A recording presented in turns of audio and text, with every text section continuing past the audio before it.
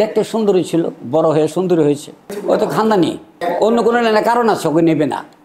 এটা কারণ আমার এই ছবি, এই ছবিটা রিলিজের আগে সে একখানে ইন্টারভিউতে বলেছে এই ছবিটা চলবে না।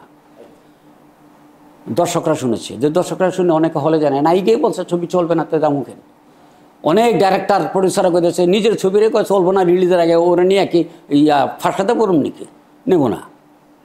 দেখতে সুন্দরী ছিল, বড় হয়ে সুন্দরী হয়েছে এবং ছোটোবেলা সে নাম করেছে। এইটা নিলে হয়তো ওইটা মনে পড়বে, ছোটোবেলা দেখেছি ওর বড় কেমন দেখি, এইসব কারণে নিয়েছি।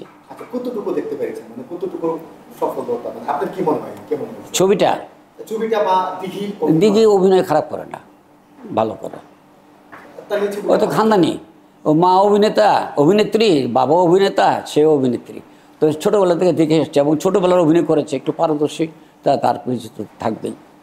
এই ছবির একটা বিষয় নিয়ে একটা গান নিয়ে আমার খুব অবজারভেশন আছে, যে একটা গানের মধ্যে হচ্ছে লাস্টে দিঘি একটা গান গায়, গান গাওয়ার পরে একটা মিলন হয়, মঞ্চে দাঁড়িয়ে সে একটা গান গায় দেখি। ওইটার মধ্যে একটা মাইক্রোফোন ছিল, যে মাইক্রোফোনটা দেখেই বোঝা যাচ্ছিল যে এই ফ্রুটিকার একটা বোতল কোনোভাবে কালো না। এটা তোমরা শুনছো আমাদের ইয়েতে, তো এটা বলতে গেলে অনেক কথা বলতে হয়। আমরা তলোয়ার ফাইট করি, ওইটাকে অরিজিনাল তলোয়ার, তখন বলো না কেন, প্রশ্নটা তখন করো না কেন? আমরা তো কাঠের ইয়েতে বানায় তারপরে তলোয়ারের মতো সিলভার কালার দিয়ে তারপর ফাইট করি, তো ওইটার কথা বলো না কেন? আমরা যে 1 মিনিট আমরা যে বন্দুকের শুটিং করি ওইটাকে অরিজিনাল, আমরা যে রিভলভার ইউজ করি, পিস্তল ইউজ করি, ওইটাকে অরিজিনাল। তো ওইটাকে নিয়ে তোমাদের তো মাথা ব্যথা কেন? না, মাইক্রোফোনের মতো মনে হয়েছে, এটা তোমাকে বলছে কেউ, তুমি তো জানো না, তোমাকে বলছে টর্চ লাইটের মতো একটা কালো দিয়ে দিলে তো এটা মাইক্রোফোনের মতো হয়। চলচ্চিত্র মানেই কি আমরা যে কোনোভাবে মানুষকে শো করব। আমার একটা ছবিতে সাপের ছলম বদলে ছিল, ছলম পাবো কোথায়? আমার আছে প্রতি পূর্ণিমার রাতে নায়িকা, সাপ সে প্রতি পূর্ণিমার রাতে তার ছলম বদল হয়, আর তখন তার গা হাত বেদনা করে, খুব কষ্ট পায়। তো আমি তো ছলম বানায় শুটিং করছি।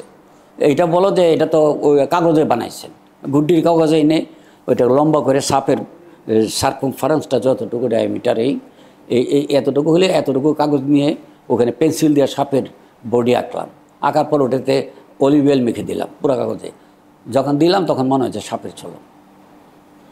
তাহলে তো এইটাও করতে হবে, সাপের ছলম আপনি বানাই করছেন, সবই তো বানাই। এই যে আর্টিস্টরা অভিনয় করে ওটা কি অরিজিনাল? মুখে ঘুষি মারে ওটা কি অরিজিনাল? তাহলে এটা জিজ্ঞেস করো না কেন?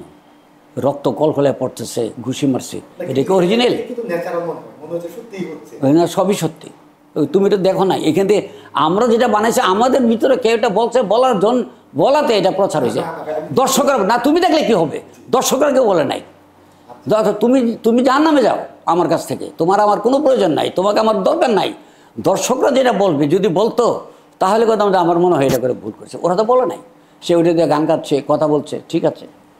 এই যে তুমি যে সাংবাদিকতা করছো, তুমি এখন তোমাকে বলি, তুমি কি জার্নালিজম পাস করছো, ইউনিভার্সিটি গেছো, তাহলে তুমি সাংবাদিকতা করো কী করে?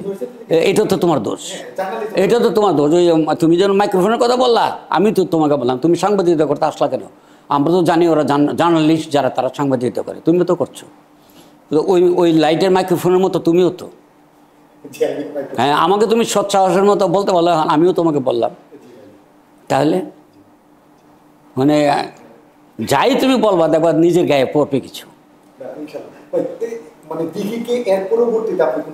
না, নিয়ে নে, কারণ আছে, এটা আলাদা কারণ আছে।